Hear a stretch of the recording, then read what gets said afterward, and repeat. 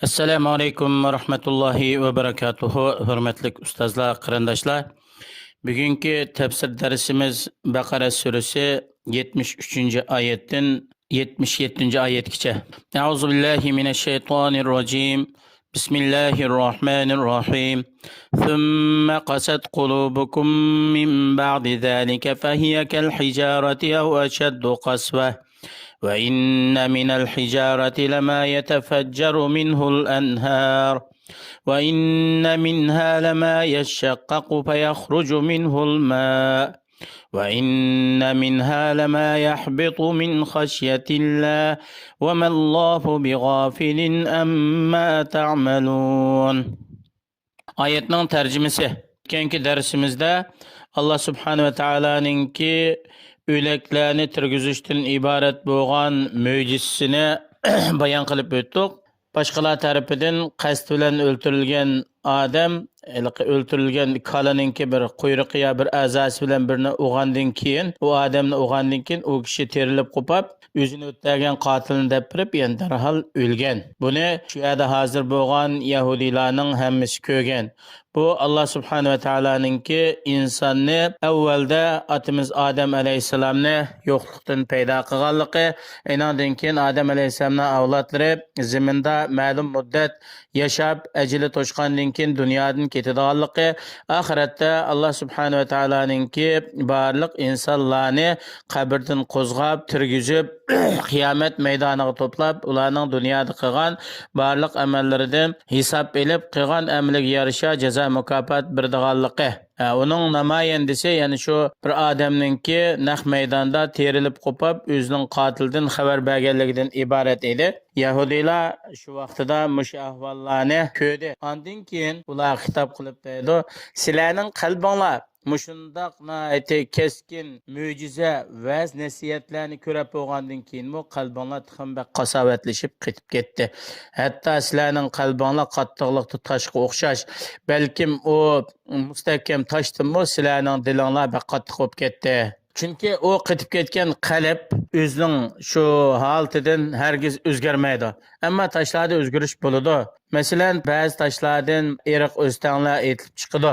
Ba'zi tashlar yerilib, undan suv chiqib, u suvlar buloq bo'lib zaminda oqadi. Kishilar bu suvdan manfaatlanadi, chorvalarni sug'urdi, ziroatlarni teraydi bu suvdan foydalanib. Ba'zi tashlar bor tog'ning ustida Allohdan qo'rqqanlikdan tog'ning ustidan tuvanga dumlab tushadi. Ammo sizlarning qalbinglar buningga o'xshash emas. Sizlarning qalbinglar buningdan baq ketib ketgan. Alloh Subhanahu va Taala sizlarning qilmishinglardan g'ofil emas. Balki Alloh Subhanahu va Taala sizlarning barliq qilmishinglarni bilib turuvchi, uning asosan sizlarni jazo mukofotlaydi. Fatatma'una yu'minu lakum wa qad kana fariqun minhum yasma'una kalam Allohi thumma yuharrifunahu min ba'di ma aqaluhu wa hum ya'lamun. Ey mu'minlar, sizlar Yahudilarninki gadankeşligi, haqqi bo'ysunmasligi qatorliq ahvollarni bilib bo'lgandan keyinmi ularning iymon etishi, sizlarning chaqiriqinglarga ovoz qo'shishini umid qilamsizlar? Haqiqatan Yahudilardan bir bo'lik kishilar bo'lgan, ularning ulamolaridan. Ular o'zlariga nozil qilingan Tavratdagi Allohning so'zlarini anglaydi. Ondan keyin ba'zi so'zninki teksti, labzini va ma'nolarini, ya'ni o'zlari tushunib bo'lgandan keyin, ma'nolarini bilib bo'lgandan keyin o'zgartib etdi. Haltidagi ular shunday qilishninki katta jinoyat ekanligini bilib turib shunday qildi.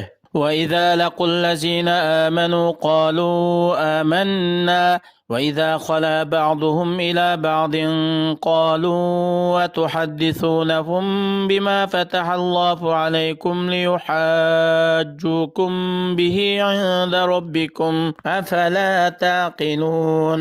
Yahudilarninki bir-biriga qarshi harakatlaridan va hiyla-mikrning jumlasidan ular mu'minlarning ba'zisiga uchrashgan vaqtida ularga payg'ambar alayhissalom haqiqiy rost payg'ambar, uningki Alloh tarafdan avatgan elchi ekanligi rost, buningga isbotlaydigan Tavratda nurg'un shohidlar, dalillar bor deb buni e'tirof qildi millar uchrashganda. Lekin ular Yahudiylarning ba'zisi bilan yolg'iz qolgan vaqtida o'zaro bir-biriga taptani qilib malomat qilishdi.